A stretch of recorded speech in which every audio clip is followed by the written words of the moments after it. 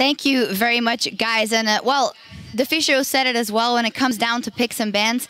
The bans from the Copenhagen Wolves' side not making sense to you at all. Not at all. They banned out 3 junglers. Still, Lgends managed to get Sejuani, which is top pick, of course, and Gragas on Copenhagen Wolves side. Something I would like to talk about as well is the fact that Copenhagen Wolves prioritized in the second rotation Nami over Ahri, and I think Ahri would have fit perfectly into the comp because she's strung out throughout the game and she doesn't really have any counters, so she can provide pressure on the map that they needed, while Orianna just scales.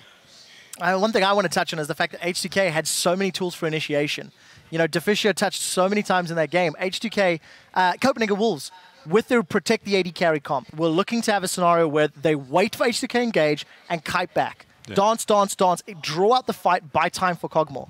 The problem is they were never safe enough and they were never in the right spot. So every time H2K used their initiation tools, they could punish Copenhagen Wolves. Let alone the fact Copenhagen Wolves never touched a dragon. Yeah. 35 minutes in, no dragons, no barons. They had zero control over the dragon pit, and you just simply can't give that up to a team like H2K. It's like if you're banning out junglers, and Sejuani is probably the hardest counter to that team comp, why don't you just ban Sejuani? It makes no sense to me. Definitely some glaring errors there. You talked about the dragon control and the team fight presence for H2K, knowing that you have to initiate on the Kog'Maw, but when the Kog'Maw is not even there, it makes it a lot easier. So let's take a look at one of the replays that defined the game for us, and knowing that H2K would probably pull that one out. Yeah, you're 100% right. The biggest thing to note, look at the top lane. Freeze is miles away. Despite the fact H2K get, honestly, a terrible engage with nearly everything missing, they still commit and throw themselves at this fight because they know the protect, the AD carry comp doesn't have anything to protect. So they're going to run Copenhagen Wolves down. Dragon actually is spawning in about 40 seconds after this. And the main thing from H2K is just very, very smart, very decisive play. Yeah. They never allowed the Wolves to kite and draw those team fights. Most definitely, but what is important to note to me is the fact that this is not Free's mistake. Like Copenhagen Wolves, just take a look at the vision. They could have predicted this play. It was really, really easy to predict. They had the vision that was needed for it. Yeah, and something also sort of leading up to this point, I was very impressed with Kasing on Thresh. I think his lanterns saved so many people. He hit some very crucial hooks early on in the game, missed a few at the end. But I think very important to note, if Kasing, who was the game changer for the team, is firing on all cylinders, H2K just steamrolled for that win. Yeah, for sure. Is what we've seen throughout the entire split, actually. And I also want to give some praise to Ryu. As we were talking about Soren versus Ryu in that featured matchup, his charms were definitely on point and also allowing him to step up in this one.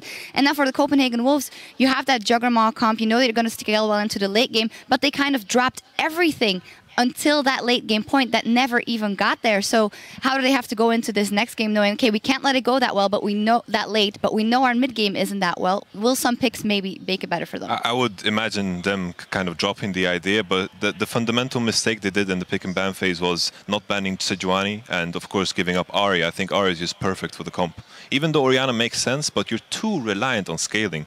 And that kind of gameplay doesn't work against H2K that is very refined in their play. Yeah, and I also, like, if Wolves want to go with the same strategy, Nidalee, Rek'Sai, great, fine, I can accept those bans. A Lee Sin ban in this patch on this meta, I don't think it belongs. If you're going to go for jungle priority in 5-6, I agree, replace Sejuani.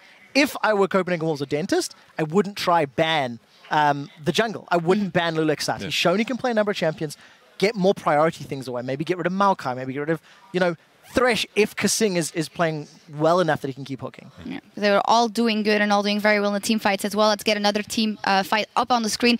That solidified the deal for H2K, even though we were seeing which direction it was going in long before that. Yeah, for sure. Like, simply the fact they picked up the Baron kind of free, it was a very impressive mind play because Copenhagen Wolves were focusing on the 5th Drake. And you can see the position they are put in because of the presence that the Baron provided. That Freeze is in kind of an awkward position where he can only hit Luleks and Odoamne. Orianna ulti gets wasted, and after that, Ryu can basically come in and clean up Freeze when he's in this concave position, and that basically seals the deal. Yeah, and again, this also just highlights that Copenhagen Wolves are not maybe understanding their own team composition. If you want to kite and fight, you don't lock yourselves into a choke point. If you want to run away and peel, you need space to move and you need your team to be grouped effectively.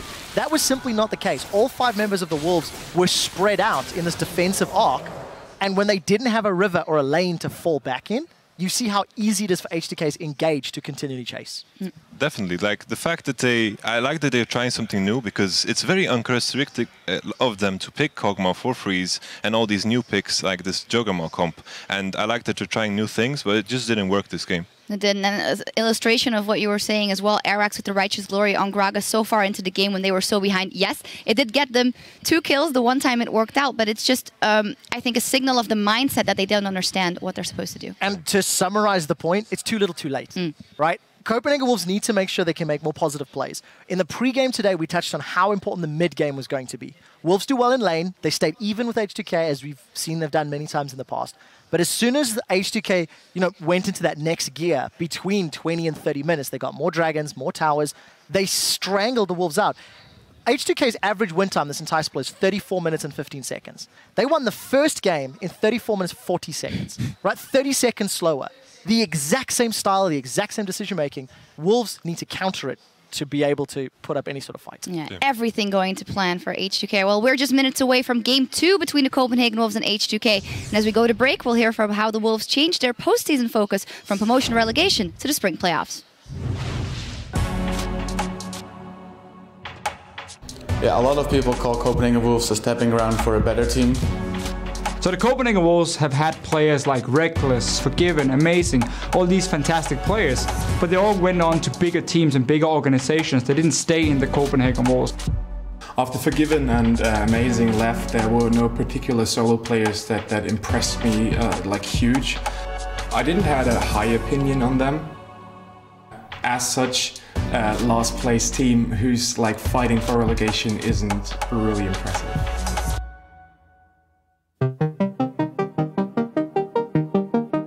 I don't think I had any expectations. I just wanted to do as well as we could. I was hoping for top 5, which turned out to not be unrealistic. I guess you could really feel that the boys were absolutely tired to play relegations. That was the main goal. They said, I don't want to play relegations anymore. So for us it was, we want to go top 5. We have the potential, we have the players, and now we're just going to make it work. They jump back in, that is a massive gnar! Copenhagen Wolves lock H2K up. They're going to try clean house.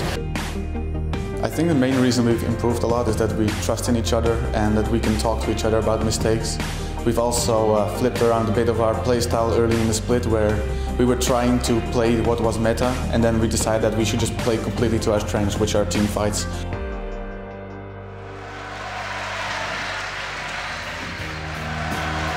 Get ready to start off week 9. It's the Copenhagen Wolves versus Team Rocket. On Thursday, everything was possible. With a loss, we could still be in a position where we had to go to relegations. So with that in risk against Rocket, who's like a really good team on paper, you're gonna go in with a lot of pressure. We were really scared going into that week, and we wanted to show everything and play everything we can to prove that we are, if not playoff, then at least not relegation. It's a double kill for Wollite. This is the AD carry dream. He's going for more, but it's Vander who picks up Freeze, and it is a 3 for 1. Wait a minute, we're not done. There goes Soren to make it 3 for 2 as he picks up Vander. Wollite, it's a trouble at the double. Soren, can he do more? He's dashing, he's going in. It was a 60-minute game with like back and forth, back and forth, back and forth, and I had no idea how it's gonna end. It's been a hard-fought battle, but the Nexus is bare. The Wolves have done it, and Rocket are out of the playoffs. And when we won that, there was like so much pressure just falling off from my chest. It was incredible. But for me personally, it was like the most fascinating moment in my so far short esports career.